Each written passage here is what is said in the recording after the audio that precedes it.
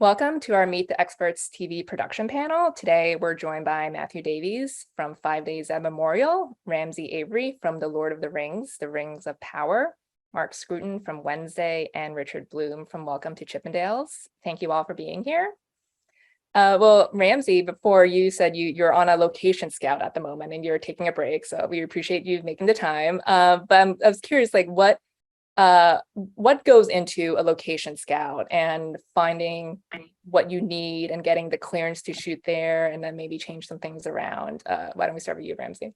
I guess it depends a lot on what the particular scene is that we're looking for. I mean, in Lord of the Rings, everything comes, it's all fantasy, right? So and there you can't go down the street in Auckland and find a place to shoot. So we ended up, one of the tricks we had to do, though, is because we weren't able to travel the breadth of New Zealand like they did in the movie. So we ended up figuring out a lot of times how to make a sheep paddock outside of Auckland look like something else. So what we would look for is a couple of things. One, what are the bones? Does it have really good graphic shapes in terms of what we're trying to have this scene say? Where's the light coming from? So the DP can put the camera in the right place to make sure the characters have the right feeling with that, or that he's able to control the lighting in the right way that he needs to be able to get the scene to work. And once we find, does it have the right look? Can we get the right lighting to it? Then is it controllable? How much can we do to it? In New Zealand in particular, each location is not only bound by the owner of the location, but there's a local council that you have to go through for all kinds of regulations, rules. And oftentimes, in many cases in the exteriors, you're also dealing with the Maori tribal regulations as well. So there's a series of regulations and bureaucracy that you'd have to work through to understand what you could and you couldn't do in each locations. And they passed a new water regulation law while we were there. So some of the things that we had planned to do along the stream side, we ended up not being able to do and having to figure out a different way to do it. So it's a mix of what's the right look and what can we make happen. It's always the red tape somehow, isn't it? Yeah. Yeah, and in a very different way, we were up against the same thing. There were several places that were fantastic reproductions of the Donahue set, but they were churches and they wouldn't allow the male dancing. So as you can imagine. So, and then also on certain levels of television, I find that, we're doing 2 or 3 company moves a day. So you really have to break down the script and really figure out what's going to make the most visual impact with that first location, and then how you can anchor that and spin off without having to relocate base camp. And that's where a lot of the creativity gets in, where it's like you're building a bathroom set in the, in the lobby of a bank or whatever, where you're having to really think outside the box, where you have these few locations that are the linchpins of the episode, and then you're building out from there. Mm-hmm, sure. Matthew, how about you? Well, 5 Days at Memorial was a difficult show in that regard. We were trying to recreate a lot of the very iconic moments that were captured by news footage from the time of Katrina. Out of a 6-month shoot, we actually shot only about 2.5 weeks in New Orleans. The rest of it was shot in Toronto, which is obviously a very different city, very different climate. We from a location finding standpoint, we're always very hopeful going in that we're going to find great locations that are adaptable to our needs. And, we certainly spent and actually wasted quite a bit of time trying to find, the perfect stairs to helipads, the right configuration of wards. We were also shooting during COVID. So, everything was in this heightened state of lockdown. And so to actually get into a practical hospital and actually make that our environment, particularly when we had, Hurricane Katrina, which is the largest storm to ever make landfall in the US, and then to track 5 days of deterioration following that on a practical location, would be very hard. So we ended up shooting actually in one location, Branson Hospital in North Toronto, which made up some of the smaller kind of moments of the hospital. But we also built a 45,000 square foot hospital and studio, which included 3 levels of the hospital. And that sort of became our sort of main focus. And it was very much about, trying to bring authenticity into those moments of recreating. We had a great location manager, Scott Alexander, but we were very specific as to what we were asking him to find for us. And, we were very limited just because of, in our story had 2,000 people sheltering in the hospital. The practicalities of shooting during COVID is that we weren't allowed more than 50 extras. A lot of the previs work was about, trying to strategically plan to always suggest a much larger, deeper, more encompassing environment than we actually had at our disposal. So yeah, we ended up building an awful lot, whether it was in backlot conditions or in studio. We didn't have a ton of practical locations, but the ones that we did find, we were basing them very specifically on research photos we had of the actual homes of people that had endured this terrible ordeal. Yeah, for sure. Mark, how about you? Yeah, it's interesting. I think Richard was right. You were always trying to build packages for these shows of one key location that then can suit you for 2 or 3 other ones. And it's whenever I go out scouting, you've always narrowed it down to a small group anyway. Then you turn up and you try and figure out whether the location will fit the beats you're trying to get out of it, and whether you can go from A to B to C, and whether it has all those elements. And then you look at it holistically and say, well, this is actually worth us doing this work to this location to do it. Does it give us the value we want, or is it scrap? So I normally like to go to the director with 2 or 3 options. Here's all of these 3 work. This is the one that's really great. These 2 not so great, but actually this one gives you, 2 other options to do something else as well. So there's always that going on. But then you have other examples, like with an Evermore Academy, where we spent ages driving around the countryside looking at these little huge castles. And with Cantor Casino, which was our final choice, Tim fell in love with it. And no matter what else we showed him, this was always the one. However, it was a massive tourist trap and completely surrounded by sort of souvenir stalls and restaurants and gazebos. And COVID had meant it had all these outdoor dining areas, and the whole thing was just completely obliterated by other stuff. But Tim loved it. So we then did world negotiations of how, not normally a place I like to be. Normally you like to take a director somewhere where you can do all this stuff. However, we were in the sort of reverse world where suddenly we had to negotiate to remove all this stuff and pare it right back. So a lot of time was spent getting rid of all the gack that was there. But it's an interesting process, and it's never quite one size fits all with these things. Yeah, definitely. Well, I know most things aren't functional on sets, but sometimes they are, like light switches or something. So how do you decide what to make functional and not? And how important is it, especially to help the actors get into the real space, so to speak? Richard, was there anything functional on the Chippendales set? Well, light switches not so much, but yes, most everything else is. We try and make it as tactile and obviously the script will move you forward. One trick that you have when you're doing something period like Chippendales is that everything becomes the guts of the computers and the safe itself and the cash register. We had a lot of issues with all these beautiful period cash registers. Some of them would work and some of them wouldn't. And there's obviously a lot of scenes around the merchandising area. So and that we spend a lot of time on that stuff, getting that stuff approved. Obviously Jamie Minguel, our prop master, is like one of the best, and set decorator Lynette McCowan as well. And so we're working with the showrunners. They've seen it all. We've done all of those. We've done all those show and tell. So there's no surprises on the day.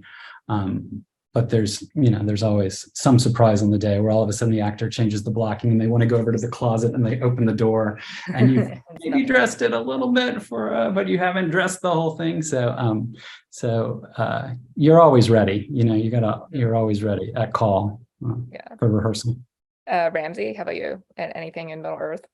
Well, I mean, one of the things that we definitely dealt with a lot was fire, because in terms of being able to light our environments, we either had the choice of sunlight or we had flame. At least it had to look like it was sunlight or flame. So we spent a lot of time figuring out how to do fire practically and how to do it safely and how to actually use it to light scenes and how to then direct or correct the color of the flame for each environment that it needed to be in.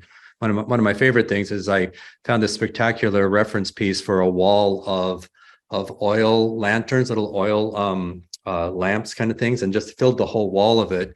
And so, of course, I wanted to do that because it was beautiful in one of the sets. And that meant that the special effects Dean was just fantastically figured out how to power gas to each one of those oil lanterns. So it's actually gas and controllable. It can be turned off. And to make it even better, it had to actually have a camera come through that wall. So that whole wall, which was 15 feet tall and 25 feet wall, actually had to be on rails to be able to be moved in and out to be able to get the camera in. So his whole rig had to also be able to move in and out with that. And just a spectacular bit of engineering. He was really a bit of a wizard, actually, a real life wizard.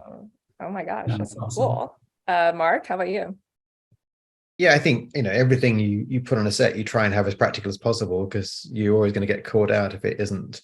We had a slight issue because obviously we went to be in America and we brought tons of stuff in from America, container loads of props. But nothing kind of matched wiring wise with the Romanian wiring systems. So that was always interesting. We had a lot of time converting everything to run off different power grids and everything else, which was a real pain.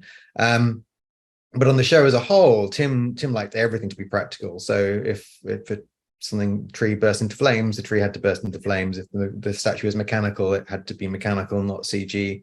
So pretty much everything that you see in the show is doing it for real. There's very little CG enhancement. I'm sure the VFX guys won't like me for saying that, but there's a lot of touch up, but everything was physical and real and was on set doing what it was supposed to do. I think you can definitely tell when you watch it. So good. Yeah. Well, that's good. Matthew, I mean, you kind of had to do the opposite where things broke down and didn't work. Yeah, although they had to work up to a point. Yeah.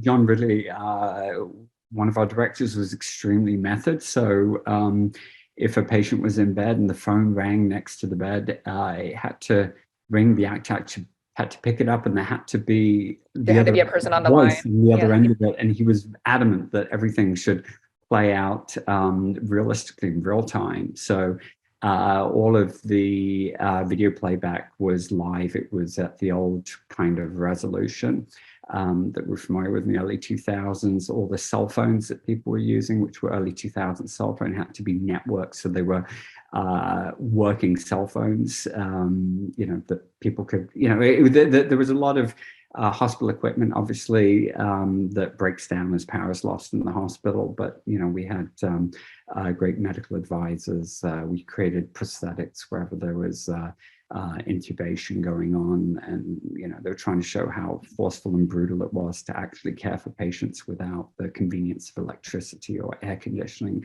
So, we created those as very realistic prosthetic corpses. Ultimately they became corpses.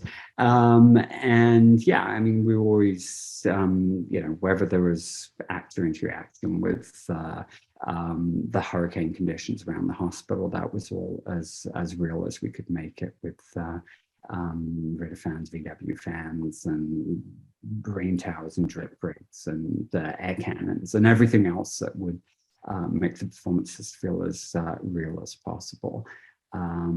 So yeah, we always strive for. You had old school cell phones working.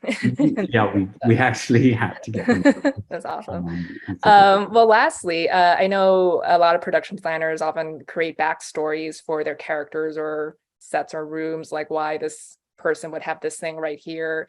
So what are some of your favorite backstories that you've come up with, whether on your current project or a past one? Mark? Well, that's an interesting one. I think on Wednesday, most of the characters had backstories. Larissa Weems, who was the principal, was kind of interesting because there were hints of that in the script, but we've tried to get sort of it's hard because I can't really go into it without spoilers, but we try to get elements of that into the set so you can piece together bits, and there's little elements on her desk that give her the backstory of the twists and turns that have led her to where she is. And I think that was kind of important for her because she's the sort of the linchpin for the whole school. So it was really important to give her that characterization without really saying much about it.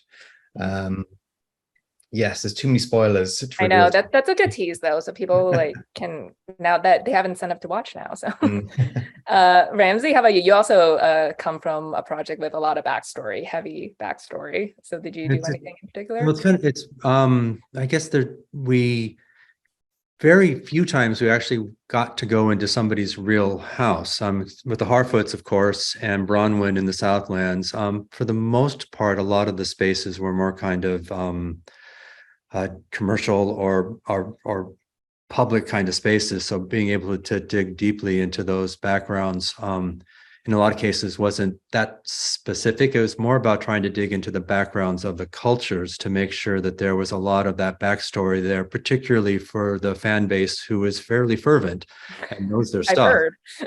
So that trying to figure out ways to integrate things that would be true to the storytelling that Tolkien brought in. One example would be the dwarves were created, I won't go into this in very great depths, but they were created by a specific god, and that god's wife is the goddess of nature, and they didn't want to insult the goddess of nature, so they wouldn't use a lot of wood. They didn't, and one of the gods actually told one of the other gods that, you know, your children that you've created are going to destroy your wife's woods.